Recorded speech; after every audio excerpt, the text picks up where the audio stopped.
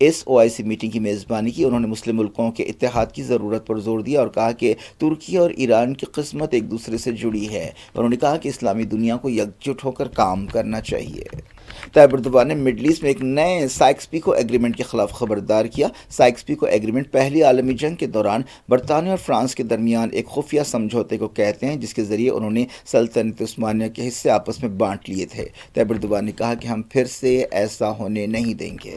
Russia کے صدر Vladimir Putin نے ایران کے نیوکلیر پروگرام کا بچاؤ کیا ہے اور اسرائیل کے ان دعووں کو رد کر دیا ہے کہ تہران نیوکلیر بم بنا رہا ہے. اسکائی نیوز عربک سے بات چیت کرتے ہوئے پوٹین نے کہا کہ رشیا اور IAEA کو ایسا کوئی ثبوت نہیں ملا ہے کہ ایران نیوکلیر ہتھیار بنا رہا ہے. انہوں نے الزام لگایا کہ ایران کے بارے میں اسرائیل جھوٹا بیانیہ پھیلا رہا ہے اور انہوں نے ایران کے نیوکلیر پروگرام کے حق کی تائید کی. رشیا کا یہ سٹینڈ اسرائیل کے لیے ایک دھکا ہے. GCC ملکوں کے سفیروں نے ایران اسرائیل جنگ کے دوران نیوکلیر سائٹس کی حفاظت کے تعلق سے فکر مندی کا اظہار کیا.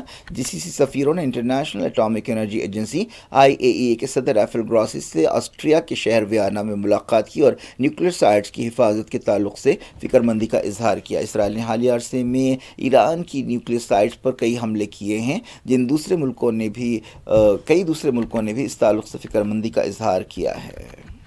جنگ سے متاثرہ ایران سے انڈین سٹیزنز کو نکالنے کے لیے انڈیا کا آپریشن سندھو جاری ہے. انڈیا نے کہا ہے کہ وہ سری لنکا اور نیپال کے شہریوں کو بھی باہر نکالے گا جو اس جنگ میں پھنسے ہوئے ہیں. ترکمانستان کے ایک شہر سے ایک اسپیشل فلائٹ ہفتے کی صبح نئی دہلی پہنچی. اب تک آپریشن سندھو کے تحت ایران سے 517 انڈینز کو واپس لایا گیا ہے.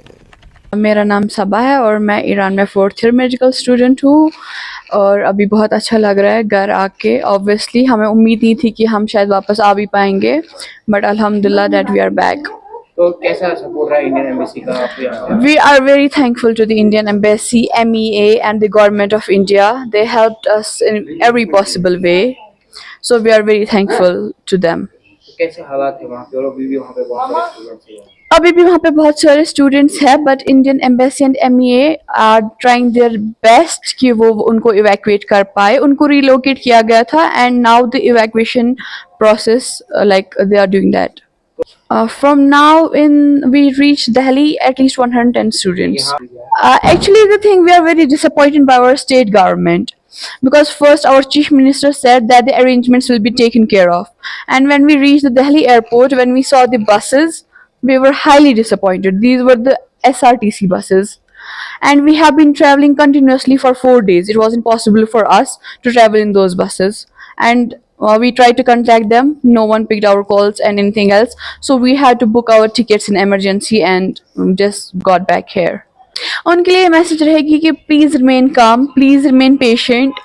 Indian government, MEA and Indian embassy are doing everything in their power to evacuate them and inshallah they will be here very very soon. I went to Iran in 2021. Yeah, first drone strike was جو ہماری city میں ہوا, it was outside the children's hospital. پہلا جو drone attack ہوا. Second it was in Tabriz airport پہ attack کیا انہوں نے, لائک اس میں کچھ نہیں بچا. And the most ridiculous thing was they try to attack the Imam Reza shrine and they like completely destroyed the Mashhad airport. So these were like very big blown up for us, جس سے دیکھ ہم بہت shock ہو گئے. Because medical studies in Iran are very good. They show us like ہر کسی جگہ پہ if you go anywhere in this world they will show you on dummies how to do injections, how to take blood pressures or anything else, but in Iran we have the real patients, we see the real patients, so that's the difference. ہمیں پتا تھا کہ situation خراب ہو رہی ہے when they said that they want to assassinate the Rahbar, so we got it but we didn't want to leave the Iran. ہم نہیں جانا چاہتے تھے but embassy didn't let us allow. Embassy نے allow نہیں کیا ہمیں وہاں پہ رہنا, so ultimately we had to leave. I really don't remember when. I guess it was 2 days after the attack when I told them the internet might because they restricted the internet, so I told them I might not be in contact with them, so they don't need to worry, we all will be fine here. Yeah, right now it's completely shut down but when we were there it was restricted. It was just 2G. It's complete blackout. Even the calls are not getting connected. ATMs are completely run out of money and shops are closed. Like it's very bad. Situation is very bad. our dormitory helped us, our university helped us in that way. اللہ کا بہت بہت شکر ہے کہ ہم میں صحیح سلامت اپنے گھر پہنچ گئی, اپنے فیملی کے پاس پہنچ گئی. اللہ کا بہت بہت شکر ہے. بس میسیج یہ ہوگا کہ ہم سب کو ان کے لیے دعا کرنی چاہیے کہ حالات زیادہ سے زیادہ بہتر ہو جائے. اور یہ ہوگا کہ جن پیرنٹس, مجھے پتہ ہے کیونکہ میرے پیرنٹس بھی اس چیز سے سفر کر چکے ہیں جہاں پہ میرے پیرنٹس, میری فیملی جو رات بھر نہیں سوئی ہے, مجھے پتہ ہے ان پیرنٹس کی حالت بھی ویسی ہوگی. بٹ پلیز آپ لوگ کام رہے, ان کا بھی ایویکویشن پروسیس میں ہے اور انشاءاللہ 1-2 دن میں جلد از جلد وہ بھی اپنے گھر انشاءاللہ سیفٹی سے پہنچ جائیں گے. حالات کافی خراب ہے وہاں پہ, ابھی بہت زیادہ خراب ہے. اور ہمارے جانے کے بعد جب تک ہم تھے تب تک اتنے بھی زیادہ خراب نہیں ہوئے تھے, لیکن جب ہم نکلے اس کے بعد سے حالات زیادہ خراب ہونا سٹارٹ ہو گئے وہاں پہ. ہم نے انڈین ایمبیسی کو کنٹیکٹ نہیں کیا, انڈین ایمبیسی سے ہمیں کنٹیکٹ کیا گیا تھا. ہمارے لیے سارے ارینجمنٹس کیے گئے تھے, ہمیں کسی چیز کے لیے بولنا نہیں پڑا, سب کچھ انہوں نے خود سے کیا ہوا تھا. آفیشلس ہمارے ساتھ تھے.